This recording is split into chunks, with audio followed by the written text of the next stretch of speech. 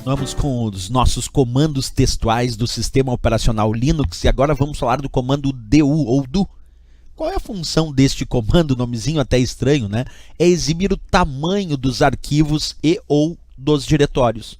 Quer dizer, nós podemos usar o comando do tanto para exibir o tamanho de arquivos, como também exibir o tamanho dos diretórios. Quando eu digo tamanho dos arquivos ou tamanho dos diretórios, sempre lembrar que diretório remete à ideia de pasta. Quem conhece muito bem o Windows sabe do conceito do que é uma pasta. Aqui, dentro do Linux, o nome usual é diretório. Então, poderia dizer que ele exibe o tamanho de arquivos e ou diretórios, que seria a ideia também das pastas. Com isso, eu posso mensurar, inclusive, a capacidade de armazenamento de uma determinada unidade, por exemplo, porque eu sei o tamanho daqueles arquivos e sei também o tamanho daqueles diretórios. Essa é a função do do, né?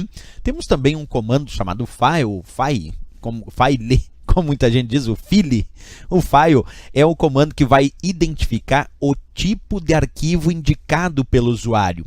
O usuário indica um arquivo e o file avalia e diz que tipo de arquivo ele é.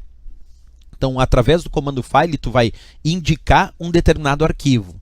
E o sistema, então, com esse comando, vai identificar que tipo de arquivo ele é, te devolvendo como resposta que tipo de arquivo ele é. Né? Outro comando é o cat, C-A-T, que tem como função exibir, e olha a palavrinha agora, ou concatenar o conteúdo de arquivos. Professor, o que seria a ideia de concatenar? É juntar.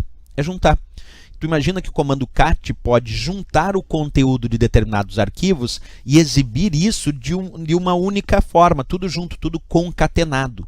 Então a ideia do cat é justamente permitir concatenar o conteúdo dos arquivos e exibir o conteúdo desses arquivos concatenados. Sempre lembrando, a palavrinha concatenar vem de juntar, certo? Isso é bem importante que a gente lembre aí para as provas de concurso. Outro comando que eu também gosto de mensurar aí é o comando head, H-E-A-D. Qual é a função desse comando head? Exibir, olha que engraçado, as 10 primeiras linhas de um determinado arquivo. Exibir as primeiras 10 linhas de um arquivo. Por isso o head ele vai exibir o cabeçalho de um determinado arquivo em relação ao seu conteúdo. Então ele exibe as primeiras 10 linhas de um determinado arquivo de texto, por exemplo, ele vai lá e exibe as 10 primeiras linhas. Mas assim como tem o comando head que exibe as primeiras 10 linhas daquele arquivo, eu também tenho um comando que é o inverso dele, que é o comando tail.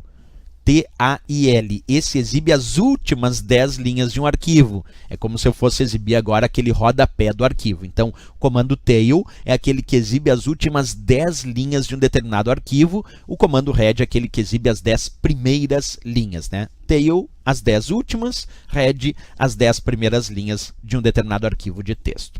O comando touch, esse é engraçado porque o comando touch, na verdade, ele foi criado principalmente para realizar uma tarefa, mas hoje ele é muito mais utilizado para outra tarefa.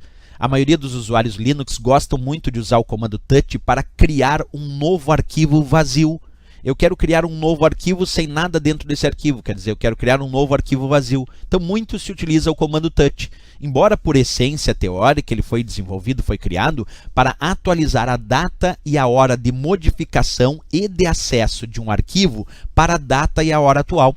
Porque o arquivo tem lá a sua data de modificação, a sua data de acesso, e eu posso usar o comando touch em cima de um determinado arquivo que já existe para modificar essa data de modificação e acesso para a data e a hora atual do sistema. Isso é a ideia, vamos dizer, porque foi criado o comando touch.